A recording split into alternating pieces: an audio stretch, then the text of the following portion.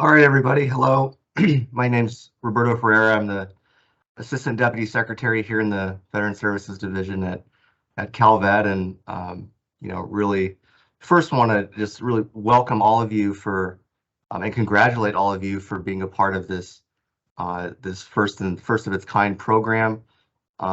We here in the state of California and at CalVet really like to try and push the needle when it comes to the types of services and the quality of services that are provided for veterans and their families across our state. And this program is a testament to that. Working with community-based organizations to really show how when public and community-based work together to really build informed programs, opportunities can arise that have meaningful impact that can drive policy moving forward. And that's what we're here to talk about today. And thanks again to everyone for being here. So next slide. All right. So of course, welcome and introductions. You'll get to know everyone on the team here at CalVet that's going to be operating within the program. Everyone at our technical assistance team over at Source of Plowshares. A little bit of history and exactly the mission regarding VSSR. The role of the technical assistance component of the grant, the so important data collection and reporting, and the so important money, and then of course timeline for this whole thing. So, and then of course Q&A at the end. So, next slide. So really, VSSR, the idea behind it is really looking at what is currently provided in supportive housing programs and how can we enhance them for veterans that are high acuity and aging. And most importantly, how can we make sure that folks can remain housed, remain stably housed, safely housed, and that the resources are in place to allow for that in a way that doesn't burden the organization that's providing the services. And that's really the core of this program. And through that idea, how do we then show that this is something that can push a policy change and really look at how we can leverage the reporting in this program to show, hey, the veterans that are in our supportive housing sites, they require greater care. And whether that comes from the state, whether that comes from the federal government, wherever, the concept here is that we show improved outcomes for veterans who are in supportive housing through enhanced care. So I won't go any much further than that.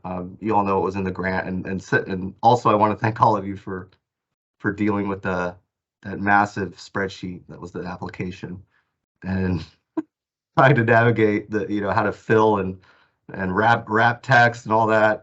So deepest apologies on that on my part. That definitely could have been a little cleaner. But as I mentioned before, this program is not only in its nuts and bolts a first time for first of its kind, but the manner in which the money is flowing is the first of its kind for CalVet. This is a new fund that was established through our California Transition Assistance Program, and it allows the state of California through CalVet an avenue to provide certified veteran service organizations with the means to access funding. So that's what this, that's the avenue in which this is going through for the very first time. So as some of you may have realized in the application process, there was this, what makes a certified veteran service provider? I think that was one of the questions that came through. Well, you all are now considered that. By being a recipient of this funding, that is now your certification. And there was reasons why it went that way. Basically, we really didn't want to have to officially say you're certified, you're not certified, you're certified. As you can imagine, politically that could get a little dicey. But it allows for the stream of funds to commence. So next slide. Okay, So this program is to run for 3 years, and the funding is based on a quarterly basis. There's no matching component as the years go on, but it's a pilot program. So what we're trying to do here is to prove a concept that these enhanced services improve outcomes for high acuity and senior veterans, so that we can then take that information and make a policy push with that moving forward. Hence the first bullet. All staff are required to complete data collection requirements for VSSR reporting and contribute to the process and impact evaluation. So one of the things that I think is going to be touched on quite a bit through this process of today is this isn't your typical grant. Because it is essentially an observational study, the data collection and reporting is going to be a little bit more frequent than I think some other funders would ask. But that is the reason why, and that's why also the qualifications to compete for this grant were so high, is because we really wanted quality organizations, established organizations that could take on this type of work. So there will be a training curriculum provided for everybody, just so that everyone can get on the same page, and that we know that we provided the same information to everybody from the get-go. And then, of course, our technical assistance consultants at Source of Plowshares will be in regular contact with each of you to make sure that if there's any issues going on with translations in the data collection manual, or even just more in the weeds, nitty gritty questions, they're there to assist everyone in streamlining all that. Because remember, at the end, we want to be comparing apples to apples as much as we can, so that we can show a proof of concept. So, of course, this whole funding, all the funding should be geared towards, of course, the staffing. That's the point of the program. When we say enhanced services, we're mainly talking about bringing on staff into your sites to provide those services. So the positions that were in the NOFA are the ones that we're going to be most concerned about when it comes to the data collection and reporting. Next slide. Okay. So David, did you want to raise your hand so everyone could see you? Let's see here. You got me on the spot. I'm going to raise my hand. There we go. There you go. Would you like to introduce yourself, David? Yeah. Hello, everybody. My name is David Lawrence. I'm Section Chief over County Support, the VHHP program, and the VSSR program at CalVet. I joined CalVet in March of 2019, so I've been there going on 4 years. Look forward to getting to know all of you and working with you closely. Great.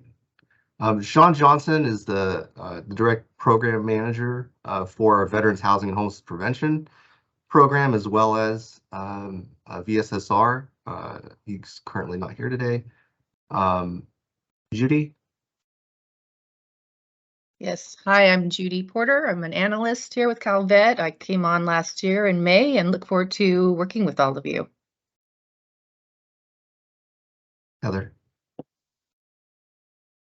Hi, I'm Heather Kilcoyne. I am the newest member of the team at CalVet, and I look forward to working with you. We plan on sending out monthly reminders of what's due and what's on the horizon, and hope that you'll email us and call us and visit our office hours so that we can get to know you and start working with you.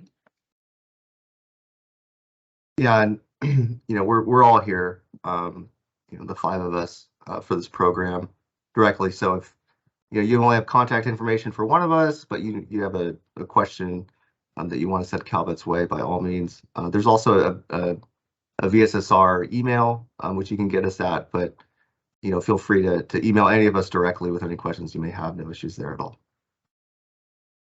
Next slide. So with that, I'd like to pass it over to Swords to explain to everybody the nuts and bolts of the technical assistance side, and thank you very much again for all of you for being a part of this program. Okay. So I'm Amy Fairweather. I know many of you, and there's others that I'm looking forward to getting to know. I'm the policy director here at Swords to Plowshares. And so we, as the consultant, we're responsible for consulting on the project design, providing the technical assistance, and also doing a process evaluation. So again, so that we can prove our thesis. And you can go on to the next slide, Megan.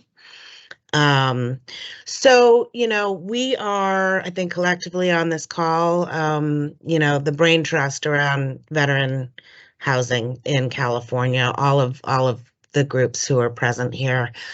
And as such, as we've been working in this field for a long time, around, I don't know how many years ago, 8 years ago, 10 years ago, it became clear that we had an aging population. We had a population that was higher acuity, and there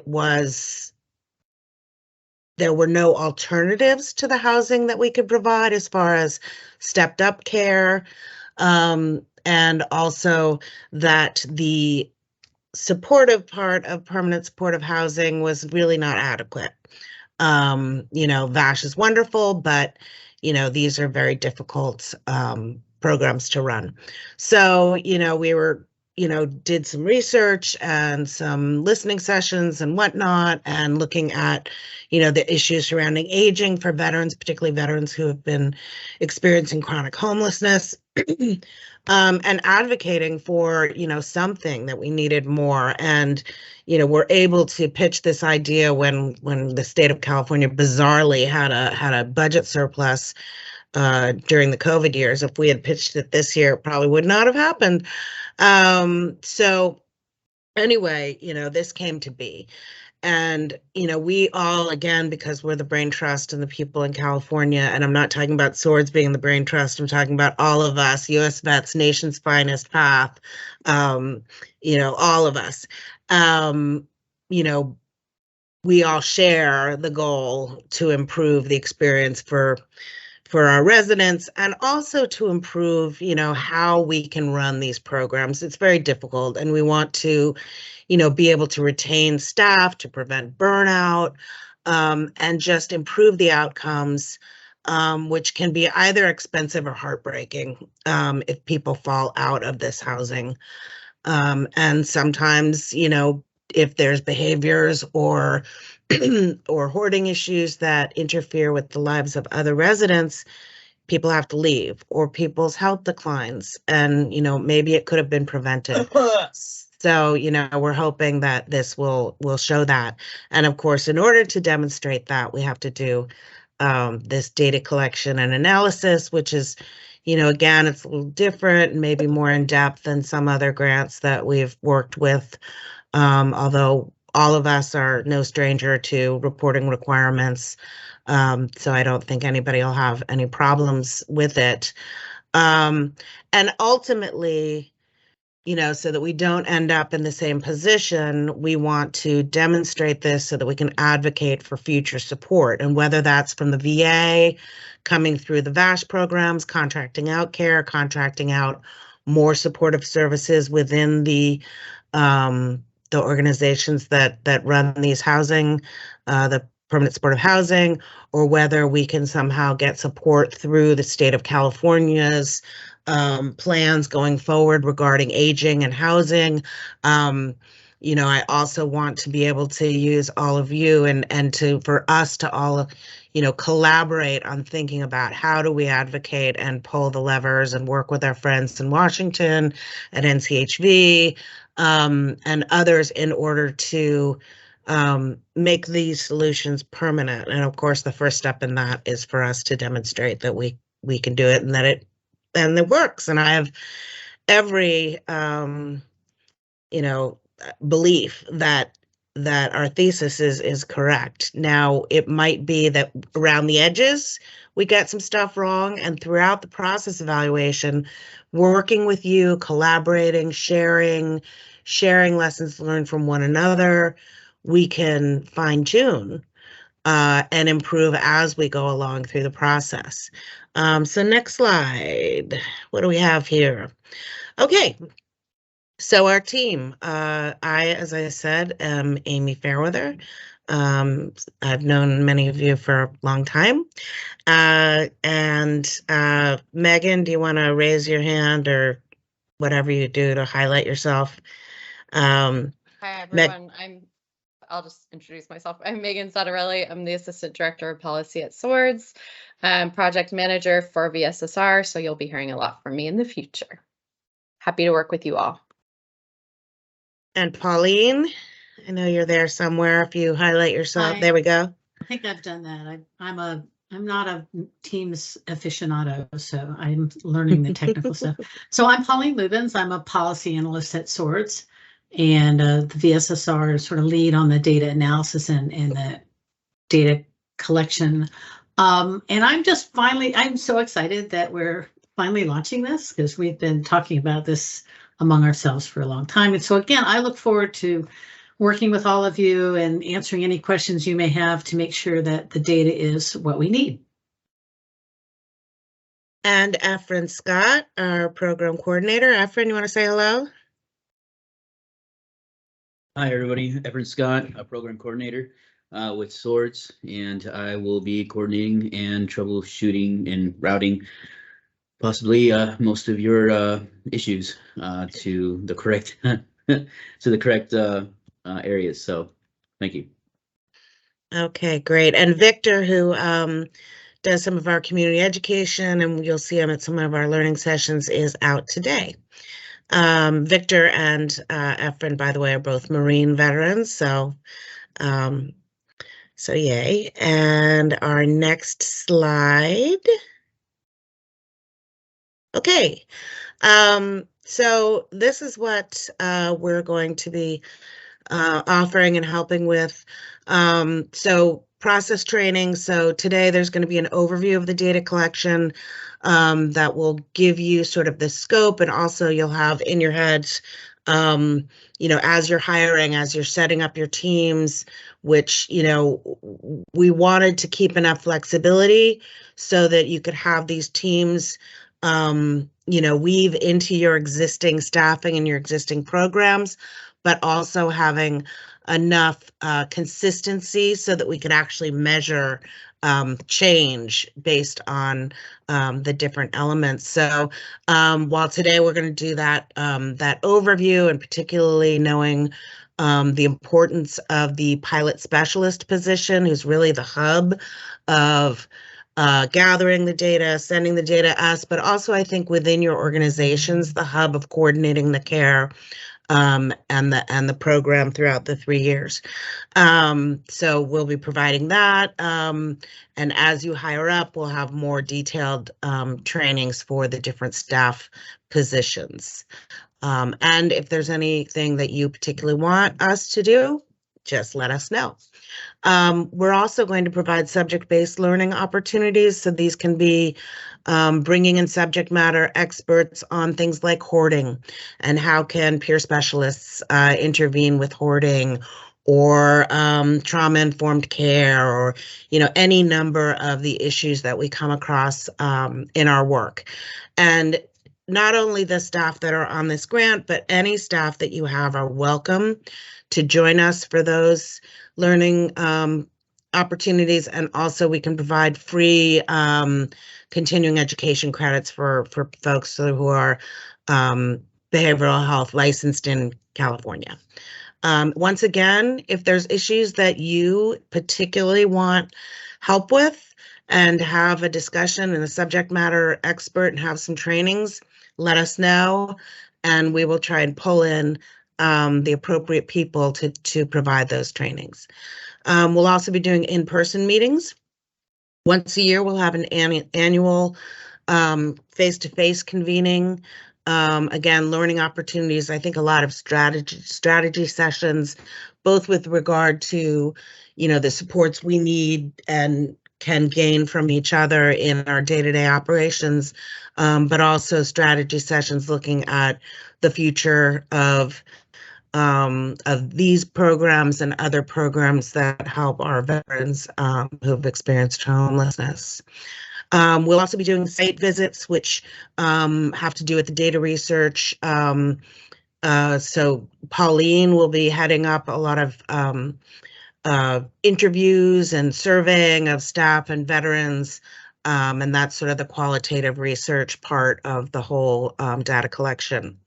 And then on a regular basis, we'll be hanging out for our Zoom office hours on Wednesdays from 12:30 to 2:30. You're welcome to just pop in, or you can, get in touch with us and we can have, calls or meetings whenever you need them. And we do have our general mailbox is VSSR at stp-sf.org. And we'll have some more contact stuff going forward. So again, I just want to, this is so exciting. We've been thinking about these ideas for so long, and now it's really happening.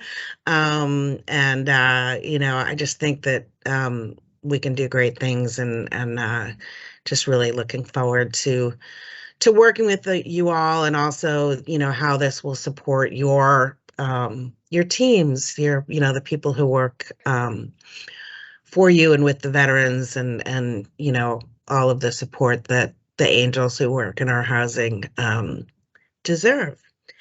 So I think that's it for this section. I think, yes, I'm passing it on to Megan. All right, Megan. Thanks, Amy.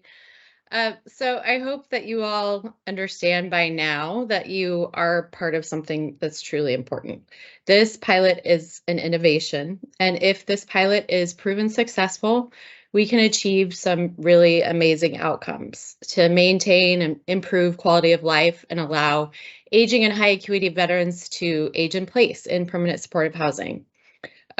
So we cannot assume that providing these enhanced services in PSH is going to be successful. We need to understand why and how it's successful. And to do that, we need the data to tell the story. So there are 3 approaches that we have to the story through the data. Our team will be conducting a process evaluation that will evaluate the pilot as we move along through the 3-year period. The data will inform us if we're meeting the needs of veterans and whether everything gets implemented as we planned. CalVet will also hire an evaluator to do a third-party evaluation that will evaluate whether the enhanced services are truly connected, are truly tied to the outcomes that we hope to achieve. And then lastly, our team will also do a scalability assessment.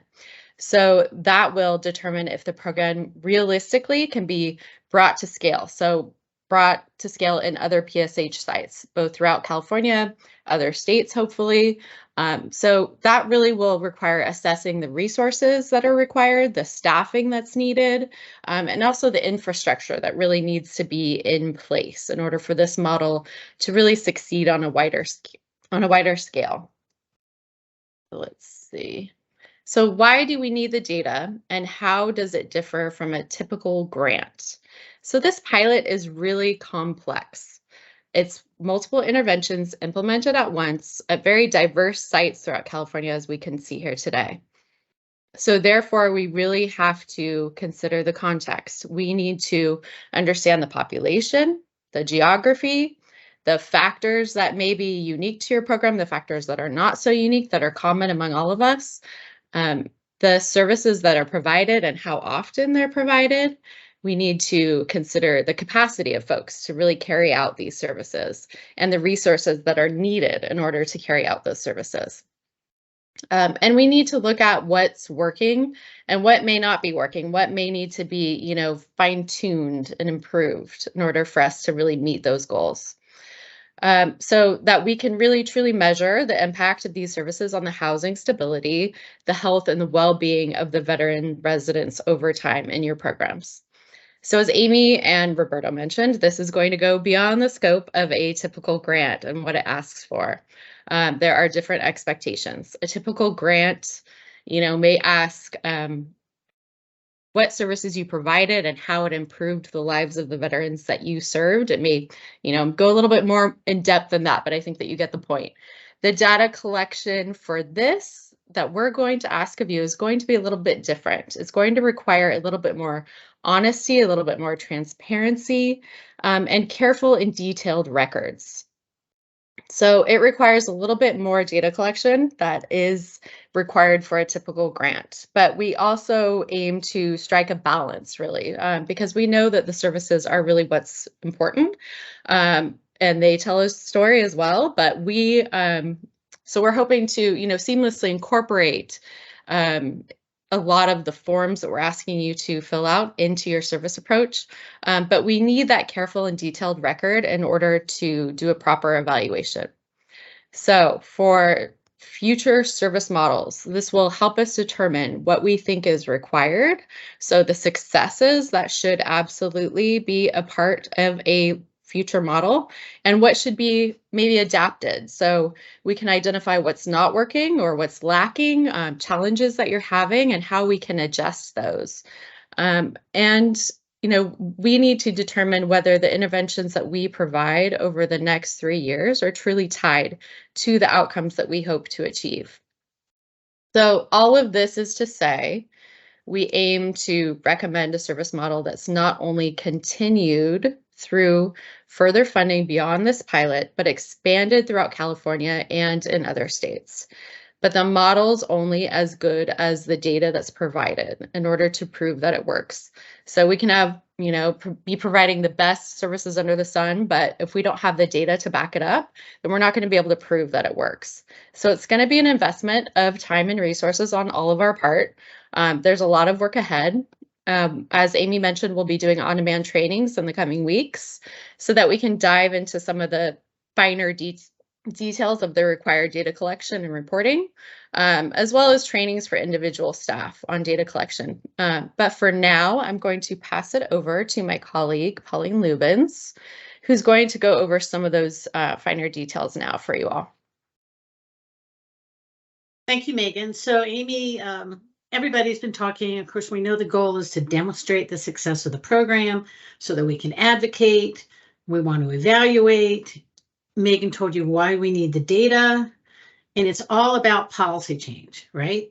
So what is the data? What are we collecting and how are we collecting it? And we can call it data. If it makes you feel better, call it information. But it's all very important. So how will the data be collected? We'll have individual level data for each veteran who's enrolled in the pilot and aggregate data for each housing program. And this data will be collected through data collection forms, wellness assessments, shift logs, participation logs, and incident reports. And I'm not going to go into detail about what's on all of those forms. We'll talk a little bit about who's going to be responsible for collecting and providing that data. Next slide.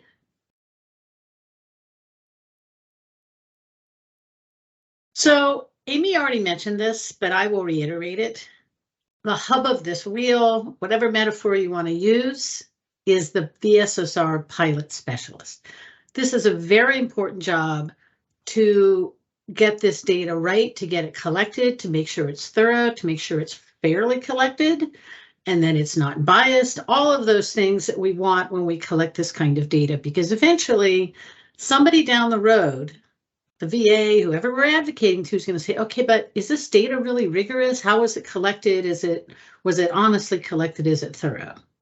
So this VSSR pilot specialist will oversee the assigned data collection. That means, and I'll talk about this in a minute, various team members or staff members will be responsible for gathering particular data, but the VSSR pilot specialist will oversee it and make sure that it's coming in a timely manner and according to the timeline.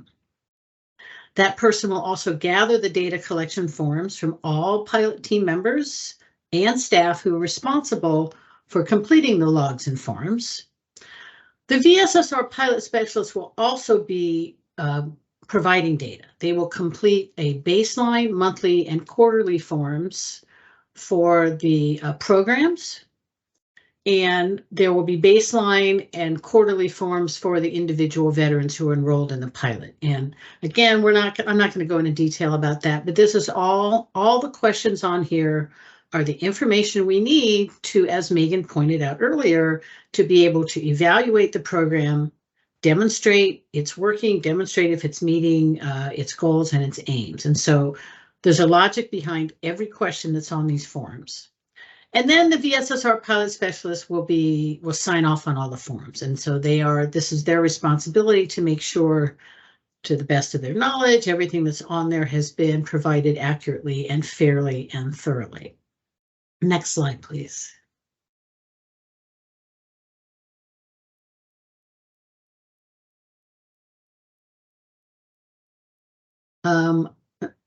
Next slide. I see Is the it- next slide up. Is it not showing for you? Is it showing for everyone else? There we go. Yay. Okay, now I see it. Okay, so who's responsible for various data collection? So the service assistants will document the assistance they provide, and they will answer questions about what they observe in their interactions with the veterans that they're providing services for. And it will be important that, and we will tell them in the training, they will tell us what assistance they provide. This is providing the assistance that people need. If they don't need it, that's fine, don't provide it. But we want them to be able to document the assistance they provide and how much time they've spent on it. And in the research world, we call this the dose. Okay, so we want to see what's being provided, how much of it's being provided, and ultimately the analysis will see how that is impacting well-being and other outcomes that we're interested in. Same with the peer specialists will complete logs that document the support they provide, what they observe in the veterans' moods, if they see any positive or negative behaviors. And over time, we will, of course, be interested to see if there are changes in, especially in some of these observations and moods and behaviors. The social worker or mental health specialist will complete a wellness assessment, which includes questions about the veteran's health status, their healthcare utilization, their hygiene, observation of their mood, and all of this within, some confidentiality considerations. And again, this is over time, we see how these questions, if the questions, answer to these questions change. Transportation specialists will complete logs about the trips that they're providing, and they will answer also similar questions. And so there's similar questions on all these forms to sort of get a holistic picture of each veteran and what different people who are interacting with them are observing about the veterans. Because ultimately the goal of this is to better serve the veterans that are enrolled in the pilot, and so and improve their outcomes. And so all of this informs that for us. And then finally, there's other forms that will provide some data and other information. For example, if there's an occupational therapist, the occupational therapist has a form that they will fill out that may track some changes over time. There are incident reports, shift reports, and any other routinely forms that you might use that not only keep tracks of the workings of the housing site, but of the well-being, the behaviors, the kind of the health status of the individual veterans. Next slide. And so this is sort of a summary. This shows you the list of these are the forms that will be filled out. So it seems like a lot. I realize that. It's all for that ultimate cause of policy change. And I think of this, data collection is everything we do as a team sport. Think of the data collection part as a team sport too. Everybody contributes, everybody's on the same team, and everybody has the same goal, which is to win. What is winning? Successfully advocating for the pilot.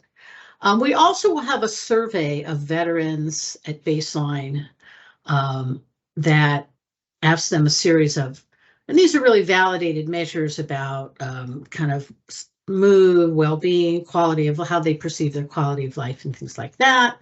And then we'll repeat that survey. And again, the point is to measure change over time based on participation in the pilot. And so I'm going to hand it back over, is it to Megan? Yes, Megan's going to show you her, look at this fabulous flow chart. I love this flow chart. Thanks, Pauline. So as Pauline mentioned, there's a lot of forms. You may be asking yourself, what did I get myself into? We promise we will help you along. We are your cheerleaders throughout all of this. But just to show you the flow of data collection on both individual veteran residents and the aggregate program data collection. So here's the basic flow chart.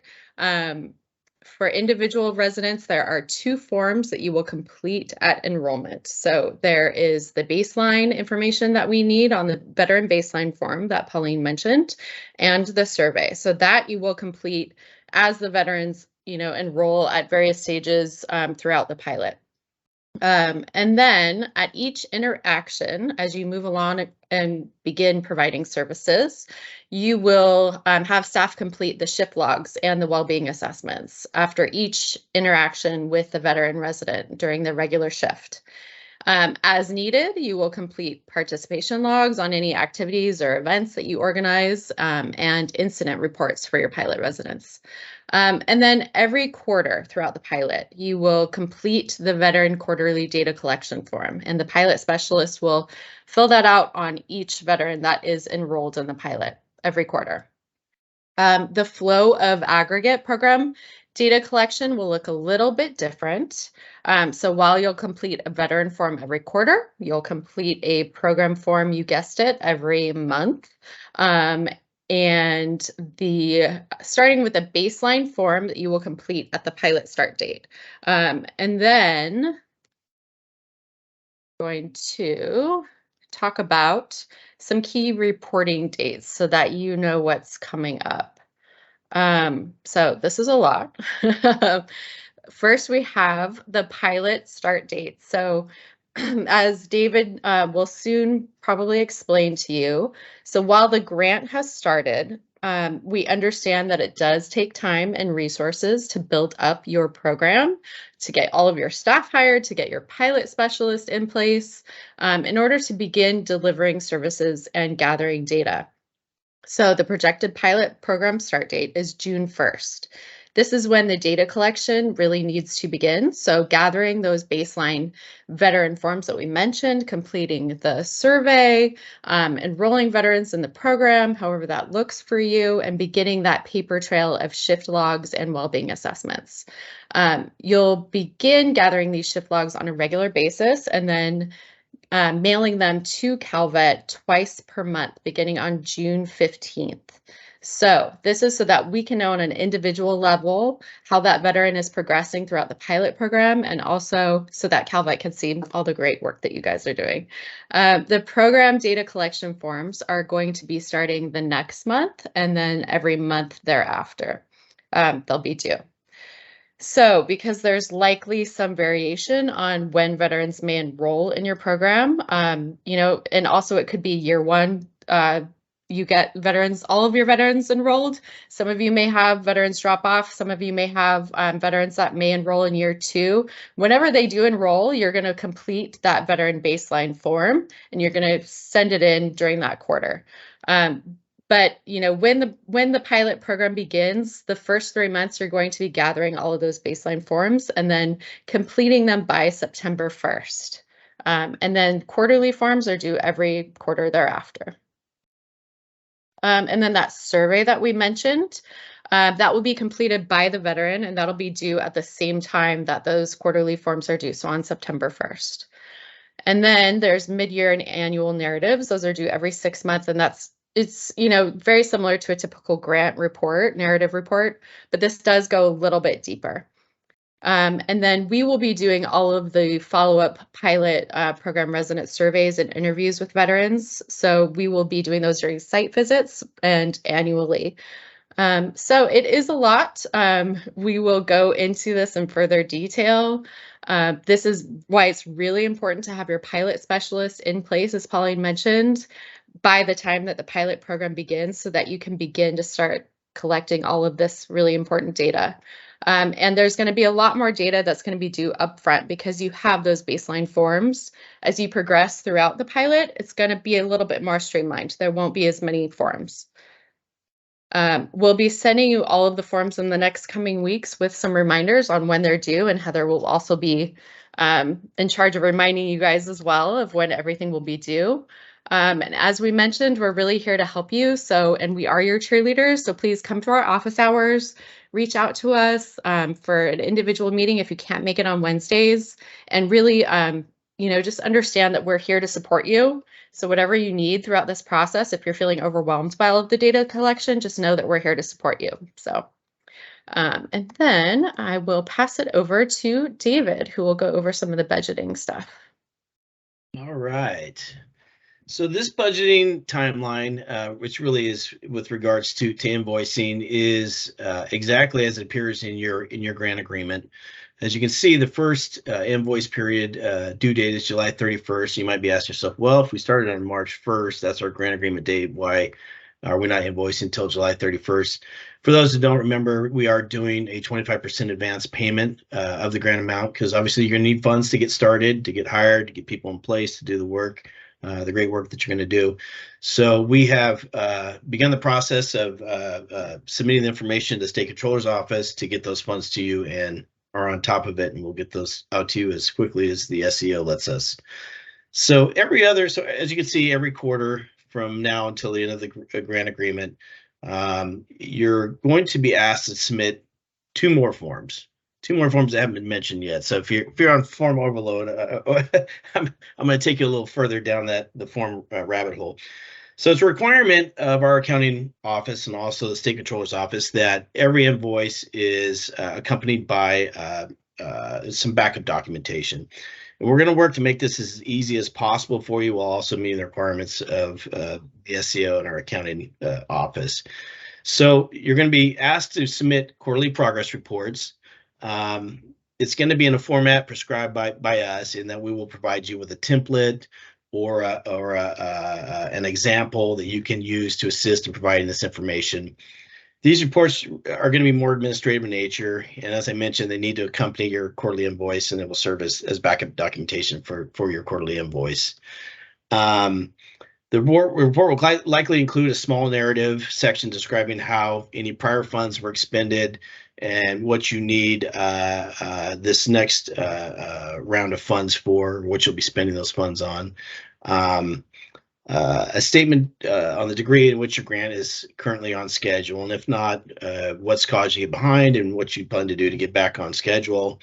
We'll have likely beginning and ending balances for the quarter by cost category. So as you know, in your grant agreements, there is a budget by cost category, and so it'll be something along the lines of, these are the funds we've received, we've spent it on these particular costs, and this is the balance remaining, and this is what we're going to need. Now, the invoices themselves are going to be fairly simple. Basically, a one-page document that's just going to include your grant agreement number, your grantee name and address as listed on page 1 of your grant agreement, the grantee section. It's got to match that. I learned that the hard way, so we've got to make sure that matches. An invoice number and the amount of funds that you're requesting. And so, as I mentioned, those two items are what will allow us to get you folks paid. And the good news is we've gone through this process with SWORDS, the technical assistance grant. So we've worked through some process challenges, and I'm feeling really good going forward. This process can be pretty seamless for all you folks. I want to point out one thing on this particular slide, and that is the last invoice date is February 28th, 2026, which does not represent a full quarter, but it cannot extend past the end of your grant. So that's why there's a shorter period of time in which to submit that final invoice and budget report. All right, so next slide. All right, so next steps for implementation. As Megan mentioned, the pilot start date is June 1st. And the expectation is that you'll have, some folks hired, and definitely the pilot specialist would be one. And as you can see, this is kind of piggybacking on what Megan already went over with regards to reporting due dates. So the shift logs are required beginning June 1st. So the first one will be coming to us, will need to come to us on June 15th, the second on June 30th. And so twice a month on the 15th and the last day of the month, you'll submit those logs to us at CalVet. The program monthly form becomes due on June 30th, as well as the baseline information that was discussed earlier. And then we scoot over to the first quarter, and that's when a few other forms are due: the veteran baseline forms, the quarterly forms, the resident surveys, and of course the program monthly form, and as well as the shift logs. So those will be required September as well. All right, move to the next slide. So CalVet contact information, I'll forward out mine as well. So we've got Sean Johnson, who Roberto mentioned is the program manager. Sean's out for probably about another 30 days, but he'll be back and you'll get to know Sean very well going forward. Here's contact information for Judy and Heather as well. So electronic data submission. Here's our mailbox at CalVet, which is the VSSR calvet.ca.gov. Like Source of Plowshares, we're going to have a period of time set aside weekly for office hours where you can jump in via Microsoft Teams and someone will be there to answer questions. Now, you're not limited to that time period. You can always reach out and schedule another period of time to connect with us so we can provide any technical assistance you might need with regards to things that we oversee. But this information will be sent to you, the link to the office hours, and then also our program mailbox as well. Okay, next. And here's contact information for Source of Plowshares. As you can see, they've got a similar mailbox in that it starts with VSSR, just a different back end after the @sign. And contact information for the principals involved in the technical assistance grant. As you can see, Amy, Megan, Pauline, Efren's information is right here. Again, this will all be shared with you after this presentation as well. All right. So Swords will also have dedicated hours for technical assistance, and that's Wednesday, so day before us from 12:30 to 2:30. And as you can see, they're also available by request. There's a link to their office hours through Zoom, and then their technical assistance emails and requests go to their VSSR email address, which is listed up top. All right, with that, I think that's the formal portion of the presentation. We'll open up to you folks for questions that you have with regards to anything that you've seen so far. Should we close out the slides so we can see everybody's faces? Yeah, that's probably a good idea. All right. Let's see. Okay, looks like Jessica's got a question. Jessica? Yes, hi everyone. In preparing for the agencies we're going to contract with, where our grants will do that. One of the questions I had was the service assistance. Can that, and as we put it in our grant, that would be CNAs for us. Is that eligible, allowable to contract out CNAs or nurses as the service assistant role? I'm not, the CalVet might have some different ideas there, but nurses, yeah, I mean, because that would put us in generally in another category, than housing, if it's really, an RN or that kind of thing. For the service assistants, I mean, you can hire CNAs, but the thing about the difference between contracting or hiring is the idea of the consistency of staffing and becoming a team and being on site. So the one thing about that is, having the same person, obviously there's some staff turnover, but I think, a really important part of this for our cohort and our housing is building up that trust. It's going to take some time. So that's my only comment on that. If anybody at CalVet has any.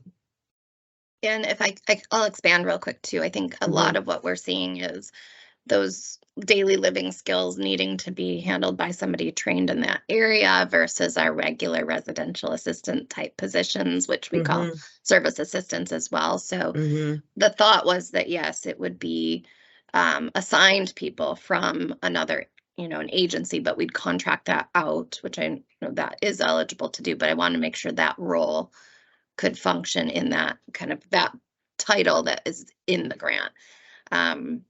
And that way we could have that more specialized, experienced people doing some of the grooming things that some of our veterans need. So, okay. And then, yeah, CalVet, did you all have any other feedback on that? Yeah, no, you obviously know that you can contract as part of the grant agreement. This is where we would defer to Swords with their experience in permanent supportive housing and things, with regards to whether CNA could serve that position. I mean, you make a good argument. Seems to make sense to me, but we would lean on Amy and her team to kind of explain to us, that role, if that position would serve that role well. So it sounds like it would. Makes sense to me, at least. I just wanted to add, because Amy pointed out the importance of consistency. And as you guys know, it's going to take a lot of convincing for the residents to even accept services. Okay, there's big trust issues. The more consistency, the more someone feels like they know someone, but also for the data collection. And you'll see if we're asking people to comment on someone's mood, their demeanor, if anything's changed, the more they know someone, the more they can actually even assess that. And so that's ideally, there'll be the consistency in serving, providing services to particular veterans. We realize that can't always happen in terms of shifts and things like that, but that's really important in terms of the trust, and then in terms of their ability to provide the information that we need. All right. And my thought too was with the mental health specialists and the peer, I think it's the peer specialist, that we might be able to do, have that enough if there were turnover in the CNAs contracted for coming in for that type of assistance. So if we make sure that we follow through with having as much consistency as possible, can I assume that that's okay then to use CNAs? Yeah. Okay. And there's also the question of staff turnover and staff retention. Yeah, sure. So, if you find that by contracting out for service assistants or for CNAs, that you're able to keep them on the job more consistently, then that's also important as well. And, it may be that if you're contracting out, there's still the same service assistant, still the same CNA that's coming to the site all the time. So, there's a lot of different factors that you can look into. But if you find that for recruitment, for staff retention, it works better for you to contract those services, and that's something to consider as well. Great, thank you. And we're also, we're hoping that for staff retention, that this will help overall, because it's lightening the load on, the extremely understaffed housing as it is now, where people are trying to be all things to all people, and they burn out. So we're hoping this will help in that area. Absolutely, I agree, and that's definitely, I think we all know that retention is can be challenging these days. So we are certainly doing everything we can in that area. Another question I had was just to confirm, this was all related to permanent housing. If there were a veteran in a transitional housing program that needed any assistance, how do you is that eligible in any way or no? Or emergency bed, with our goal being that they're going to be going into permanent housing at some point? We designed it that it would be project-based permanent housing, so that we have the, again, consistency of place and time. So, I guess if someone is in bridge, some kind of, and they're heading into, especially US vets, I know that you're leasing up, and, so if they're coming into, whether it's on a project-based FASH or COC, but they're coming in, I think that's fine. But if they're just going to end up in scattered site or just out, then I would say no. Sure. Yeah, I think for us, it's because we're on the same campus. So we have our transitional on the same campus as most of these permanent housing units. So that was the thought, is we'd have, occupational therapists, or we'd have some classes as well, that maybe group activities that maybe one of these staff will. I think that's an easier one, if it's group already, then anybody could come. But if it's one-on-one, that was kind of the question, is if they're on site with the plan to move to permanent. But okay, we can certainly process that with you further. Okay, Nicole, you've got your hand up.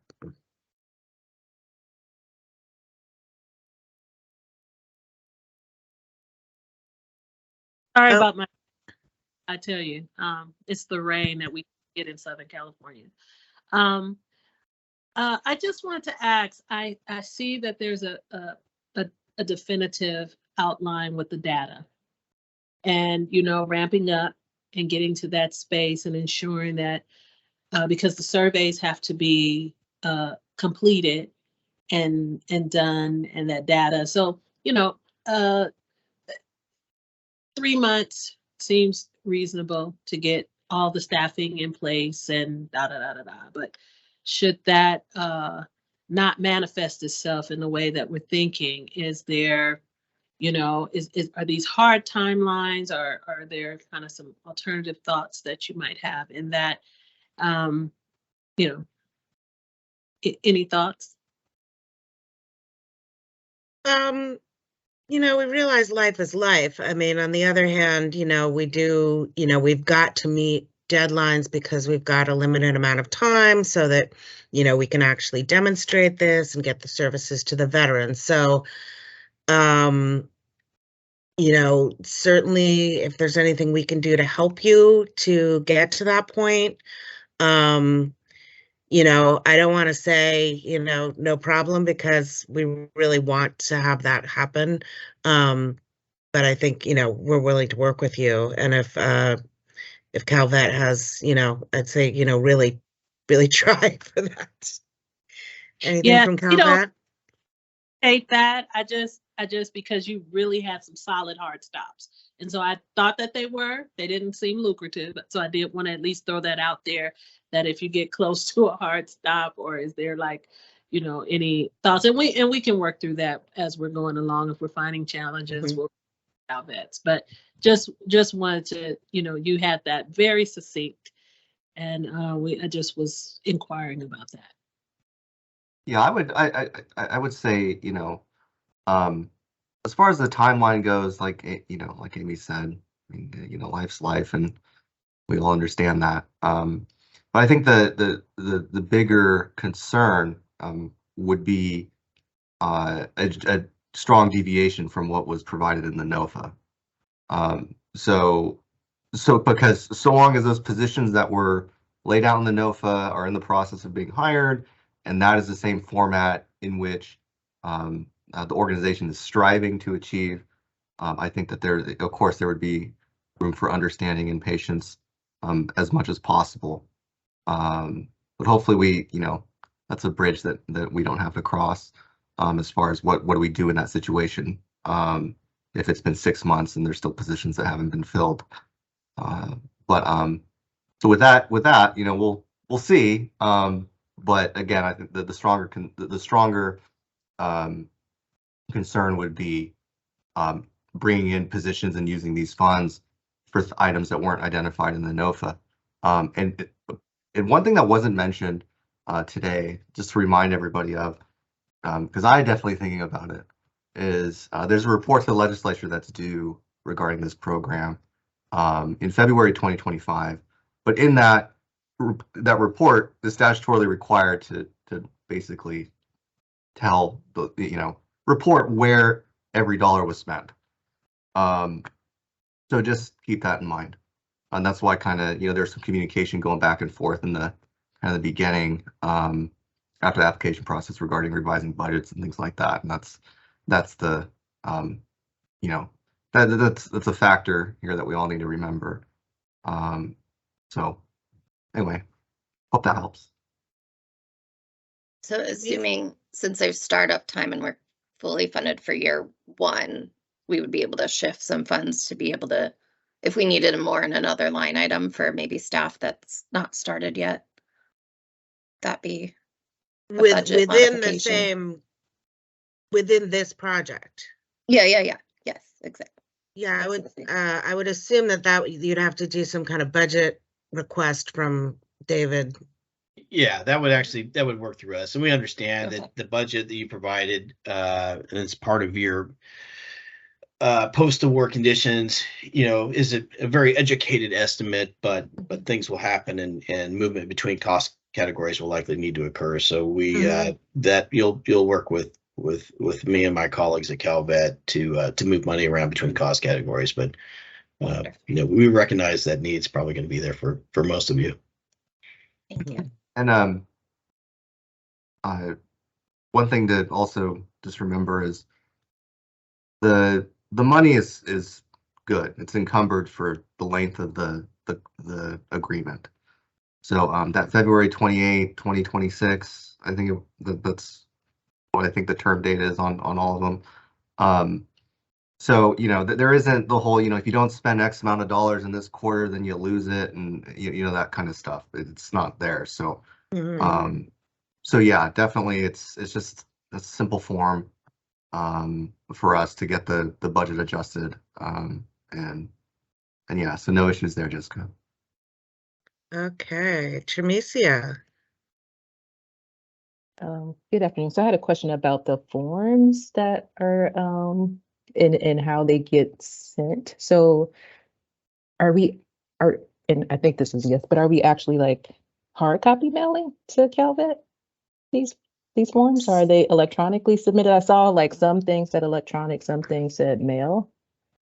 A little concerned about that mail part, but Yeah, so all of the shift logs, the wellness assessments, all of those forms that are going to be used by staff on like a regular basis with every interaction with the veteran, those are expected to be hard copy forms, and CalVet wants those mailed twice monthly. So the original copies mailed to CalVet twice per month. So once the shift is done or at the end of the week, the pilot specialist can gather the forms, and then at the end of the second week, they mail off those original hard copies of the forms. But you'll want to if make these copies. logs are electronic, are we just printing you see what I'm saying? Yeah, Or- so you might have a log that's similar that you're doing electronically. I think for this, CalVet wants us to use hard copy forms. So if you have an incident report that you use that's electronic, you're probably going to have to use one that's a hard copy. The likelihood of it, being very similar to what you guys already use in place is very high. If it becomes very cumbersome for you to use the hard copy form, you want to do the electronic form, we can talk about that, but they cannot be unaltered in any way. So they have to have, all of the same elements in place. And those forms will be mailed. Now, the data collection form, so the baseline veteran data collection form, the program form, those are electronic, and that we're using an online platform for. So we'll email you the link for those, and then that you'll just complete online. Okay, and there, I mean, maybe it's just a suggestion that maybe if there is the online portal for certain pieces of it, there's no way to use that for all of it. It just, I don't know, when we're talking about client information and putting that in the mail feels a little scary, but we'll figure it out. Heather, you might have some insights on this as well, but for the shift logs, we kind of went back and forth between electronic online database versus hard copy because, the nature of the services that you're providing, because a lot of folks are going to be roaming, because there's a lot of different staff that are doing, this data collection on their individual shifts. The service assistants, they might be roaming around with a clipboard, or they might have access to a tablet or to a computer at the end of their shift. But because of that variation, we thought that the best way for them to be able to fill out that information while it's fresh in their mind at the end of their shift is through a hard copy form. And then CalVet wants those forms mailed to them so that they can have a track record of how the information from the quarterly veteran data collection form and from the program forms are gathered from these shift logs. And a lot of the information will come from those shift logs. We're trying to make it seamless so that the pilot specialist can go through those forms and say, oh, okay, this is what happened with the veteran on this day. I'm going to put it in this form. So it is important for you to keep your own records as well. But those hard copies do need to be mailed.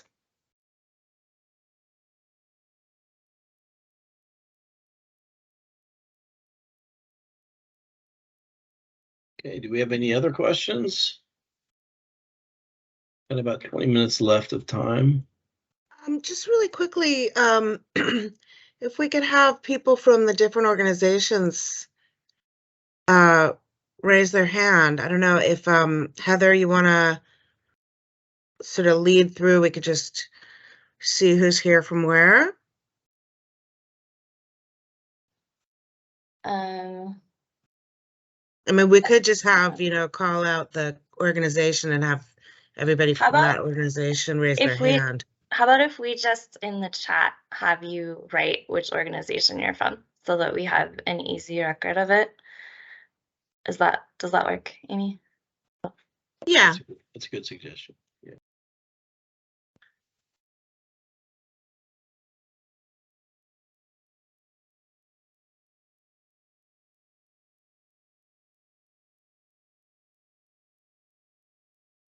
Okay. Okay. So I'm seeing Nation's Finest, US Vets, PATH. Nation's Finest. US Vets, Swords Plowshares. US Vets, yay! All right.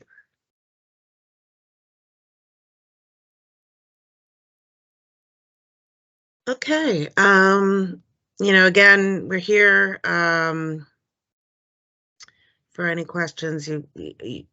We'll send out that contact information. I guess send out the slides for this.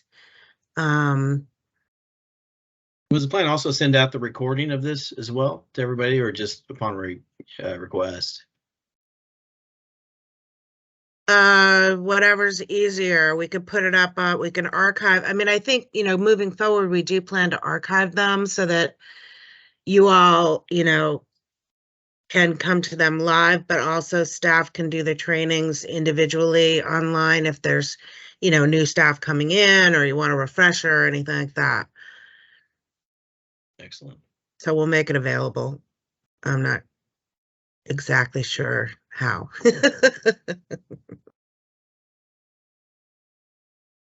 Any more questions? Well, you can expect an increased amount of communication from both CalVet and the Swords TA team in the coming days. We thank you guys very much for joining us today. We're very, very excited to watch you guys do some wonderful things with these funds and hopefully make a great case for getting more funding in the future from some level of government to extend this work. Roberto, did you have any final words you want to say? Nope. Other than just, again, thank you everyone for being a part of this program. And right now we all have our hands full hiring people, so the work begins. I'm really excited. I just wanted to add that, you know, there was concern expressed about ramping up and meeting some of the deadlines. So that baseline, you know, the key to getting that baseline form is going to be hiring that extremely competent, diligent, energetic, all those adjectives, pilot specialist. Okay, and that person is going to take a big load off your minds. And then I just also wanted to emphasize, you'll see when Megan sends out the forms, we're asking a lot of questions on there. Now, this isn't like, oh, did we do a bad job if we didn't see this outcome? No, we just want to know honestly what the outcome is. That's not what it's about. And we'll emphasize that to the service assistants too, that if you didn't provide any of these services but one to someone, that's okay if they didn't need it. But, you know, honesty and transparency is, you know, yeah, that's the pressure is, there's no pressure in that sense. But that pilot specialist is, don't show them all the forms before you hire them. No, I'm just kidding. No, and this presentation. Their forms will be filled out, as we mentioned, on an online platform, like an online survey platform. So they're going to be using all those hard copies to inform their answers. All right. Well, thank you, everybody. And congratulations and yay. Thank you you. for the Everybody. opportunity. Thank you, Amy. Rest of your week. Thanks, everyone. Bye all.